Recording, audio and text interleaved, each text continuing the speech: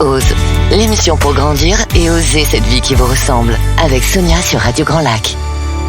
Bonsoir et bienvenue à tous dans cette émission grandiose dont l'intention première est vraiment de désacraliser, de dédramatiser ce fameux mot « ose » qui est souvent associé aux peurs et qui peuvent nous tétaniser. Donc mon idée, mon intention est donc d'accueillir des invités. Et ce soir, ce sera Frédéric pour partager autour de son expérience et finalement de se rendre compte que par des actions ordinaires, on peut se créer une vie extraordinaire et sur mesure. Bienvenue Fred. Bonsoir. Alors Frédéric, je vais te laisser te présenter. Alors moi c'est Frédéric Kupka, je suis maman de deux ados qui ont 12 et 15 ans et j'ai un chéri aussi depuis un moment, on va fêter nos 25 ans et à côté de ça je suis auto-entrepreneuse dans le bien-être et le développement personnel et j'utilise notamment la méthode LEST qui vient libérer les émotions et les schémas et souvenirs traumatiques en lien avec... on vient lâcher du lest avec moi. Voilà. Joliment dit. Et j'allais dire, justement, c'est rigolo parce que lest, ça fait vraiment le poids qui tombe. Mais toi, finalement, tu coupes le fil pour remonter à la surface. C'est exactement ça. On vient libérer les peurs, les traumas, tout ce qui peut nous empêcher d'être nous, d'avancer. Et c'est vraiment incroyable. C'est une méthode incroyable. J'imagine que tu l'as vécu et expérimenté toi-même de l'autre côté, d'une certaine façon. Exactement. Quand j'ai découvert la méthode, j'étais en reconversion professionnelle et c'est quelque chose qui m'a parlé dans la présentation et j'ai voulu tester, de voir ce que ça faisait pour moi avant d'aller me former là-dedans. Alors quand tu dis que tu étais en reconversion professionnelle, c'est que t'étais déjà... C'était quoi ton souhait ? C'était déjà de te rediriger vers le bien-être ? Il y a toujours eu la psychologie j'ai fait des études de psychologie. J'ai travaillé dans l'éducation nationale pendant un moment. Et il y a des choses qui me convenaient, d'autres qui me convenaient moins. Et il y avait plus de postes dans ce que je recherchais. Donc, il est venu l'idée de changer et d'enfin être moi-même et d'aller vers quelque chose qui me plaisait avec lier la psychologie et l'aide aux autres. Et sur ta route, comment est arrivée la méthode LEST ? Dans un salon du bien-être en Haute-Savoie, à Thonon-les-Bains, où j'ai rencontré les deux formateurs, à la suite d'un test tibétain que j'ai rempli, qui était très révélateur de mes blessures, de mes traumas. J'ai décidé de faire une première séance pour aller voir ce que ça donnait, qu'est-ce que c'était que cette méthode-là. Et grâce à l'hypnose et le MDR, ça m'a vachement accompagnée moi. Il y a eu le Covid là-dessus. Et j'ai décidé de me former juste derrière. Alors, je rebondis sur le test tibétain. Rassure-moi, on n'est pas obligé d'aller au Tibet pour le faire. Non. Non. Le test tibétain... Pourquoi est-ce qu'il s'appelle comme ça ? C'est une bonne question. Tu ne sais pas la réponse ? Non.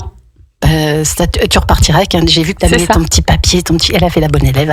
Avec son stylet et son papier, elle s'est dit, si jamais, au passage, je peux récupérer des informations, je repars avec des choses dans la valise. Ouais. Ça pourrait être une question intéressante. Ouais. Peut-être que c'est une provenance aussi de cette méthode. C'est, si moi je devais y mettre une signification derrière, on travaille avec les symboliques. Et au Tibet, j'imagine qu'on travaille aussi avec des symboliques et on va aller chercher le côté recherche intérieure. Qu'est-ce qu'il y a à l'intérieur de nous ? Ça va être une reconnexion au corps, au cœur, et ça nous permet ça. Alors c'est vrai que quand on pense Tibet, moi pour le coup, je pense beaucoup à l'introspection, je pense beaucoup au bien-être, à la paix intérieure, à cette forme de sérénité, à cette grandeur, à cette pureté aussi. Oui, grands espaces et qu'on a aussi à l'intérieur de nous. On a peur de cette sagesse. On a peur des espaces. On a peur du vide. Il faut remplir à tout prix. Il y a beaucoup de il faut. Oh là là, j'ai le poil qui s'érisse. Oui, mais c'est ça. C'est qu'on est beaucoup dans ces attentes sociétales de devoir faire, je dois, il faut que. Surtout, je dois remplir. Il faut pas qu'il y ait de vide. Et on a du mal avec cette notion de vide qui finalement qui est pas toujours facile à accepter à l'intérieur de soi. Le vide, c'est quelque chose a une connotation négative. C'est quelque chose que toi-même, tu as eu du mal à... Est-ce que cette peur du vide, tu l'as clairement ? Pendant longtemps, il a fallu remplir. en lien avec des fidélités familiales. Chez moi, on remplit. Il faut surtout pas vider, des fois que ça serve à quelque chose. Donc, ça a commencé comme ça, en fait. À devoir faire du vide. Il y a encore des choses à travailler là-dessus, en ce qui me concerne. Faire du vide, lâcher, laisser partir, c'est pas toujours évident. Rendre la part à celui qui l'a peut-être initié, mais qui n'est pas à nous, mais qu'on porte trop lourdement, bien souvent. Donc finalement, cette peur du vide, plutôt la transformer en espace de recentrage sur soi, parce que le vide n'existe pas vraiment. De toute façon, effectivement, la nature humaine fait en sorte de remplir, mais au lieu de remplir de choses inutiles, c'est plutôt apprendre à remplir son espace intérieur avec des questions qui sont utiles. Ça va être de changer la croyance qu'on a que le vide est négatif pour laisser place à autre chose. On ne peut pas avoir quelque chose de nouveau si on est rempli. C'est un peu comme son placard. C'est ça. Sans faire le parallèle, si vous avez les étagères qui débordent et qu'à un moment donné vous rachetez, ça rentre plus. Et ça peut même être source de stress, alors que de savoir qu'on y fait un tri qui est bon pour nous et pour pouvoir remplacer par des choses qui sont meilleures, ajustées à notre nous actuel, parce qu'encore une fois, on ne cesse d'évoluer, ça c'est bon. Oui. C'est comme faire le tri du placard avec les vêtements qui nous plaisent moins, qui nous plaisent plus, qui ont ceux dans lesquels on pense qu'on rentre encore. Qu'est-ce qui représente pour moi Qu'est-ce qui représente? Oui, il y a le côté affectif, et puis il y a aussi l'attachement à la version de soi d'avant, où on se trouvait mieux, où on se trouvait ci, on se trouvait là, et aujourd'hui on se compare aussi à cette propre version de soi et nos propres exigences, et on en oublie une partie de l'époque qu'on aurait bien voulu libérer, et on va regarder que ce qui était chouette. Oui, mais ça c'était bien de rentrer dans du 36. Oui, mais à l'époque je me plaignais déjà de rentrer dans du 36. C'est ça. Donc, grâce à cette méthode-là, tu fais pas rentrer des gens dans du 36, on est bien d'accord. Non. Mais non. Néanmoins, il y a beaucoup de libération de rendre les croyances à qui elles appartiennent. Oui, on peut venir travailler toutes sortes de choses, plein de problématiques. Le MDR, qui est que j'utilise avec de la stimulation bilatérale alternée, en fait, c'est venir faire des tapotis droite-gauche. C'est cette alternance droite-gauche qui vient libérer les émotions et qui vient apaiser. J'appelle ça comme un soufflé au fromage. C'est le côté gourmand. Ça fait monter en fait les émotions et ça apaise derrière. En sachant ça, ça nous permet, on s'autorise plus facilement à aller chercher les émotions, à les laisser sortir, à les accueillir, en sachant que derrière ça va s'apaiser. En fait, la personne, quand elle vient te voir, c'est toi qui décides quel outil tu utilises. Si c'est l'hypnose, si c'est le MDR. Non, en fait, c'est un combiné des deux. C'est-à-dire que quand une personne vient me voir, la séance se découpe en deux parties. Il y a une première partie où on va venir échanger pourquoi la personne vient me voir, comment est-ce que moi je vais pouvoir l'accompagner. Ensuite, je lui explique comment, dans sa vie, son histoire de naissance peut avoir une implication, comment ça peut l'impacter aujourd'hui. Et je lui propose plusieurs pistes de travail. C'est elle qui choisit de quelle manière elle va rentrer dedans. Ensuite, pause pipi, parce qu'on est au milieu de séance et que ça fait. Eh bien, nous, la pause pipi, ce sera dans plus de 6 minutes. OK. Et deuxième partie, que j'appelle au fauteuil. Dans cette deuxième partie, j'utilise l'hypnose et l'état modifié de conscience. En fait, c'est le premier palier de l'hypnose. Et le MDR. Comme avec l'hypnose, on a les yeux fermés, le MDR, normalement, c'est les yeux qui font cette alternance droite-gauche avec le thérapeute. Ici, je peux pas le faire avec les yeux, donc je le fais en tapotis sur les genoux. Ça accompagne la personne et dans cette séance-là, en fait, je suis toujours avec l'autre. Et l'autre est toujours avec moi. C'est-à-dire que je vais lui poser des questions, je vais la guider et j'attends des réponses. Et en fonction de ce qu'elle va me répondre, je vais avancer à son rythme pour venir libérer ce qu'elle a besoin de libérer à ce moment-là en fonction de sa problématique, de son trauma, de sa blessure, de son ressenti, en fait. Tu parlais de test tibétain tout à l'heure. Ça, c'est vraiment quelque chose qui est en amont. Oui. De la préparation, presque le De la premier séance. rendez-vous. On a juste avant la séance. Ça peut se faire soit en amont, c'est-à-dire quelqu'un va envoyer le test tibétain par mail, je le reçois et j'envoie une lecture. Je suis en train de changer cette modalité-là parce que je me rends compte qu'il y a un besoin d'avoir des réponses et d'échanger. D'être tout seul à écouter son audio, c'est bien, mais parfois on peut se sentir seul en fonction de ce qui y est dit. Parce que le test tibétain, il est là pour révéler d'où peuvent venir les blocages, à quel âge et quel type de trauma il y a pu y avoir. Des fois, on ne sait pas, on est bloqué dans sa vie et on ne sait pas d'où ça vient. Et là, le test tibétain permet de dater les événements et de savoir où ça vient, d'où ça vient et qu'est-ce qui fait qu'aujourd'hui, je me sens comme ça ou comme ci. Pour la personne, c'est long à remplir ce test tibétain ? Non. C'est des symboliques. Tu peux donner un petit exemple ? Oui, par exemple, on vous demande 2 adjectifs pour différents mots. Le chien. Qu'est-ce qui, pour vous, si vous deviez donner 2 mots ou 2 adjectifs au chien, qu'est-ce que ce serait ? Il y en a qui vont me mettre gentil, doux, câlin. Il y en a qui vont me mettre fidèle, loyal. Pour ceux qui peuvent avoir peur, ils vont me mettre méchant ou agressif. Et donc, là-dedans, eh bien, le chien, par exemple, c'est la représentation inconsciente de son identité, son moi profond. Et donc, si on a mis gentil et fidèle, il y a une part de nous où on se sent gentil et fidèle. Et dans la fidélité, c'est souvent en lien avec les fidélités familiales. On peut avoir tendance à reproduire les mêmes schémas familiaux, même si on ne le veut pas, par fidélité familiale.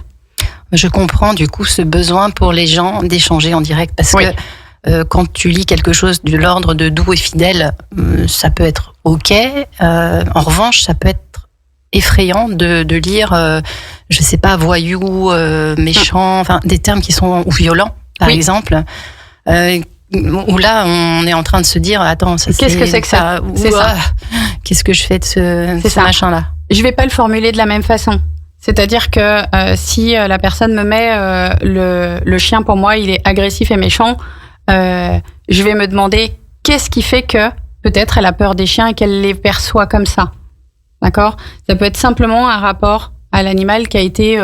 on s'est fait mordre par un chien quand on a été enfant. Et parfois, on n'en a pas conscience. Hein. Exactement. Donc toi, tu vas déterrer un petit peu tout ça aussi, faire venir à la conscience. Oui. Parce que pour les libérer, il est d'abord nécessaire que ça remonte à la conscience pour pouvoir ensuite le changer. Il y a des choses, on sait. On sait qu'on a eu tel type de trauma ou tel événement dans notre vie, sur lesquels on n'est pas forcément OK de revenir. Mais ça permet de le mettre en lumière. Complètement. Complètement. Donc, première étape, c'est ça. Oui. Ils remplissent ça au préalable ? Au préalable ou pendant la séance. Souvent, quand je sais que les gens ont pris rendez-vous avec moi, je leur envoie par mail le dossier à remplir. Ils viennent avec le jour du rendez-vous et on regarde ensemble et je demande des précisions, etc. C'est vraiment cet échange qui est intéressant avec l'autre parce que il y a de l'interaction. Ça va peut-être lui parler ou pas du tout. Si ça lui parle pas, on enchaîne, on passe à autre chose. Par contre, s'il y a des choses où je vois que dans le langage non verbal, le langage du corps, on va se mettre en protection, eh ben, je vais écouter toutes ces parties de la personne qui vont faire que, ok, on va y mettre beaucoup de bienveillance. Enfin, dans toutes les séances, là, il y a de la bienveillance. Mais encore vraiment plus en sécurité. Exactement. La relation de confiance, elle est vraiment importante. Les séances, elles durent 3 heures. Et on me dit, 3 heures, faut le caser quand même dans l'emploi du temps. Il n'empêche que pendant une séance, on ne se rend pas compte de ces 3 heures de temps. Et j'ai essayé de diminuer mes séances, etc. Non, en fait. Il y a vraiment besoin de ce temps-là pour se sentir en confiance pour partir en hypnose. Et pour quelles raisons tu as essayé de les réduire, ces séances ? Le côté pratique des choses. C'est pas évident d'arriver à caser 3 heures dans son emploi du temps pour venir en séance. C'est en fait les objections des personnes, enfin objections entre guillemets, mais les contraintes des personnes qui au départ voient ça comme quelque chose de quasiment impossible à caser. Et finalement, pour toutes les personnes qui viennent ne voient pas le temps passer. Même sur le temps d'une conférence où j'explique qu'est-ce que la méthode LEST, etc. on voit pas le temps passer. On est dedans. Moi, je suis complètement avec l'autre pendant la séance et ni l'une ni l'autre ne voyons la séance passer. Donc maintenant, je mets un timing au milieu de séance pour faire le point et j'arrive un peu plus à être dans les temps. Alors le timing, on en parle. Il est 17h31. Nous allons faire la pause pipi et musicale pour nos auditeurs. À tout à l'heure. À tout à l'heure.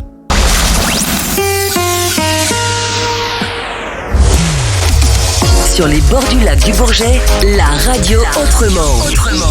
Radio Grand Lac. Grandiose, l'émission pour grandir et oser cette vie qui vous ressemble. Avec Sonia sur Radio Grand Lac. Alors moi, je vous le dis, vous ratez vraiment quelque chose pendant les moments de pause. C'est vraiment une très très belle ambiance. On a mis le feu là avec Frédéric à danser sur les musiques. Et c'est comme ça que ça fonctionne le mieux, dans la joie, la bonne humeur et la légèreté, même si on aborde des sujets parfois difficiles. En tout cas, merci Fred pour tous tes partages et on va continuer dans cette deuxième partie. La question que j'avais envie de te poser, c'est finalement tout ton parcours et tout ce que tu es en train de construire. Qu'est-ce qu'il en ressort pour toi ? Qu'est-ce qui est devenu une évidence pour toi ? C'est de créer du lien, faire du lien, avoir du lien, faire des liens. On a compris le mot lien. Le mot lien. Le mot lien, ça te caractérise aujourd'hui, c'est ça ? Oui. Pour moi, le mot lien, quand on parle du langage des oiseaux, j'aime bien découper les mots et le mot lien, c'est lier les uns les autres. Comment est-ce qu'on est liés les uns aux autres ? Et pour moi, c'est important. Pour rebondir sur le langage des oiseaux, parce que certaines personnes peut-être ne connaissent pas, est-ce que tu peux en donner un petit éclairage de quoi tu veux parler exactement ? Le langage des oiseaux, c'est une façon, c'est des mots cachés dans les mots. C'est une signification. On a Jacques Martel qui a dans son livre Les malaises et les maladies, le dictionnaire des malaises et des maladies, il explique beaucoup de choses. Il donne une traduction en fait des mots du corps en mots émotionnels. D'où est-ce que peuvent venir nos mots du corps ? Et il y a beaucoup de jeux de mots dedans. Par exemple, le genou, quand on a mal au genou, c'est je et nous. C'est la relation qu'on a avec les autres. C'est je et nous. Quand on a mal au dos, qu'on peut en avoir plein le dos, et ben voilà. C'est des raccourcis, mais c'est quand même dans cette symbolique de j'en ai plein le dos, quoi. Je porte. Super intéressant pour les personnes qui écoutent de se demander comment ça résonne pour elles, de s'écouter, d'apprendre à écouter les mots que l'on emploie et de faire le lien, on parle encore de ça, avec sa propre vie. Parce que oui, quand on souffre du genou, il peut y avoir une relation à l'autre.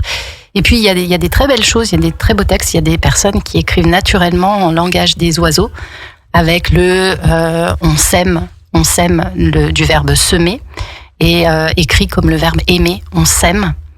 Donc ça aussi, c'est semer des graines d'amour, Donc voilà, je vous invite, pour ceux et celles qui sont curieuses, à taper sur Google, notre meilleur ami, la langue des oiseaux. Et vous y trouverez énormément de choses à ce propos et ça pourrait vous parler.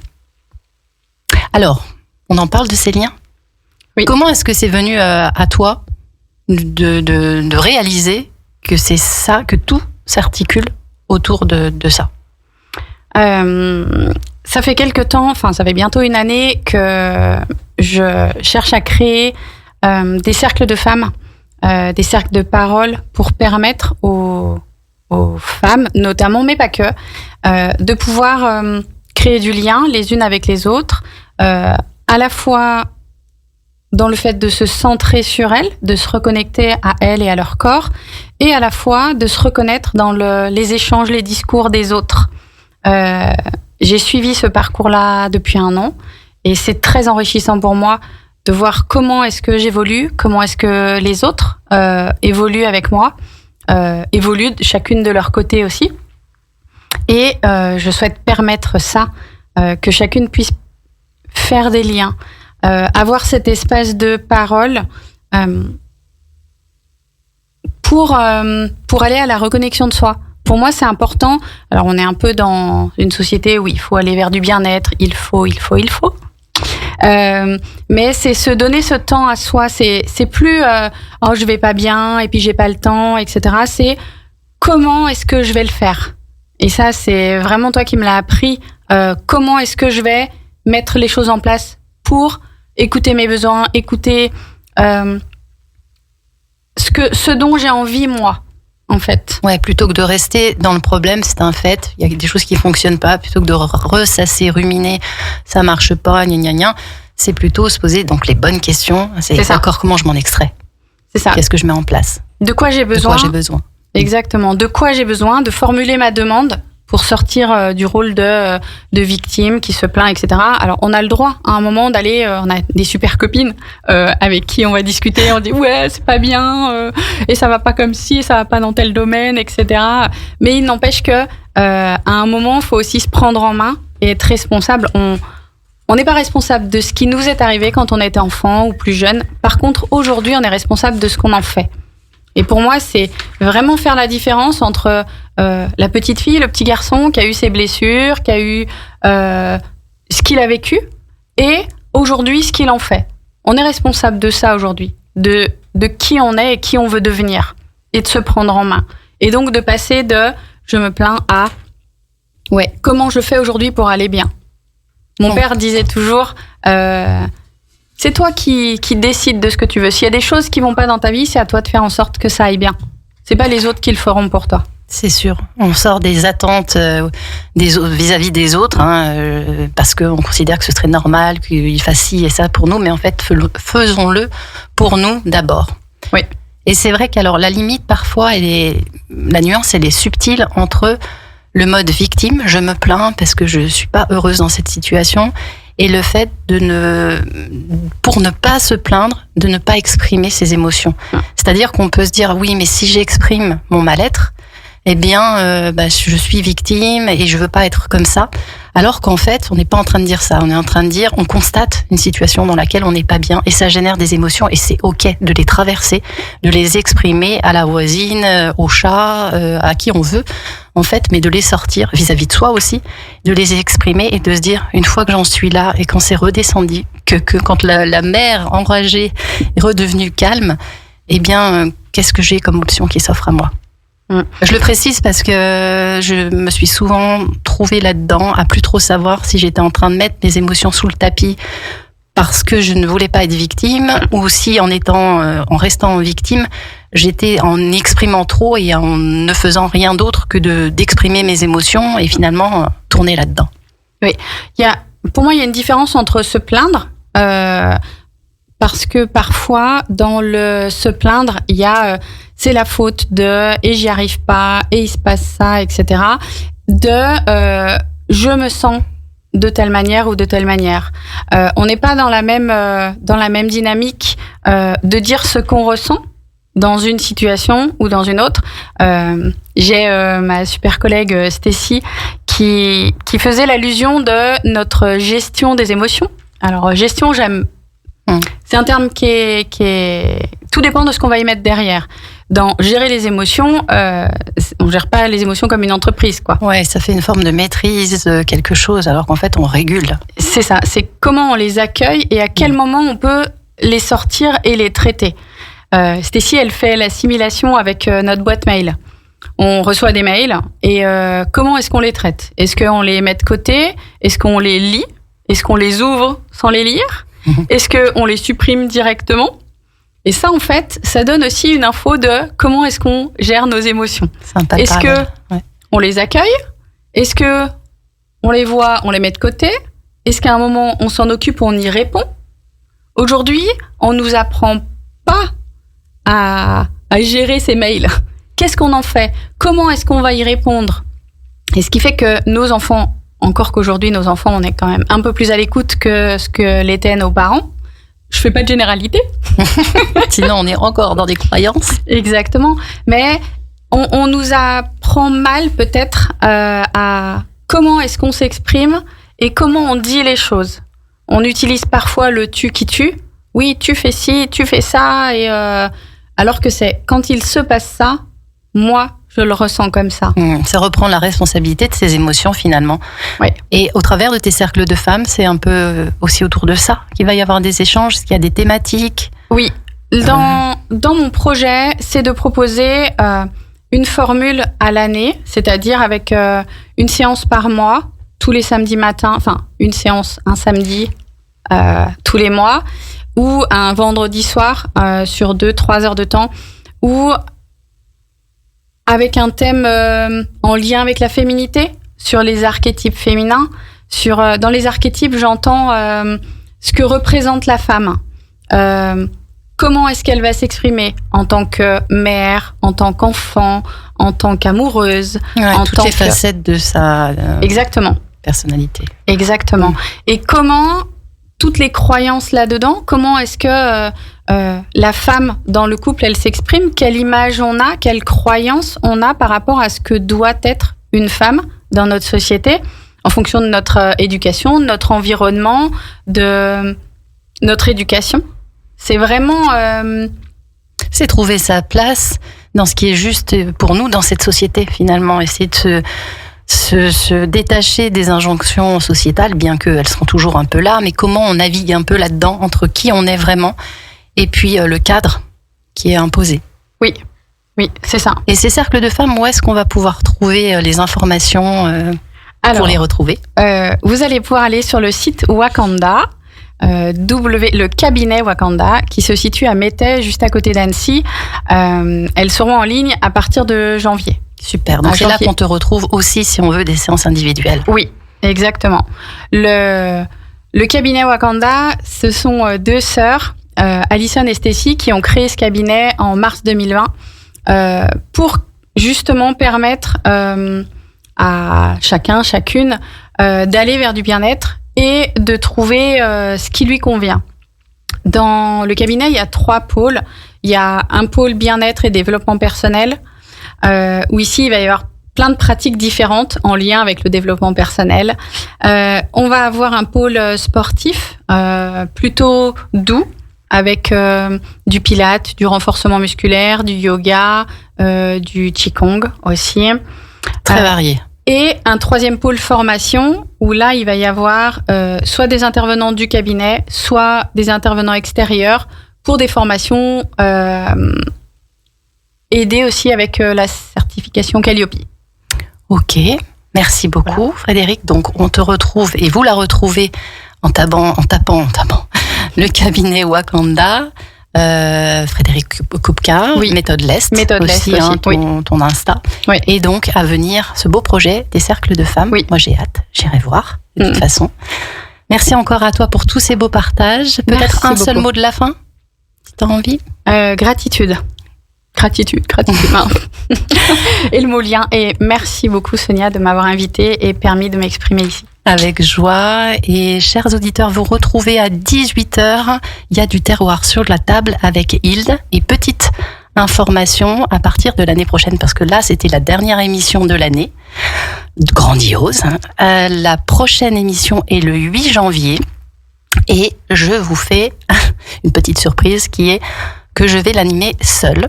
J'ai choisi pour l'année prochaine de temps en temps de vous faire des émissions autour de certains thèmes spécifiques et on va aborder le syndrome de l'imposteur le 8 janvier et je viendrai prendre vos questions pour y répondre à l'antenne. Je vous souhaite à tous et à toutes une belle soirée et au 8 janvier.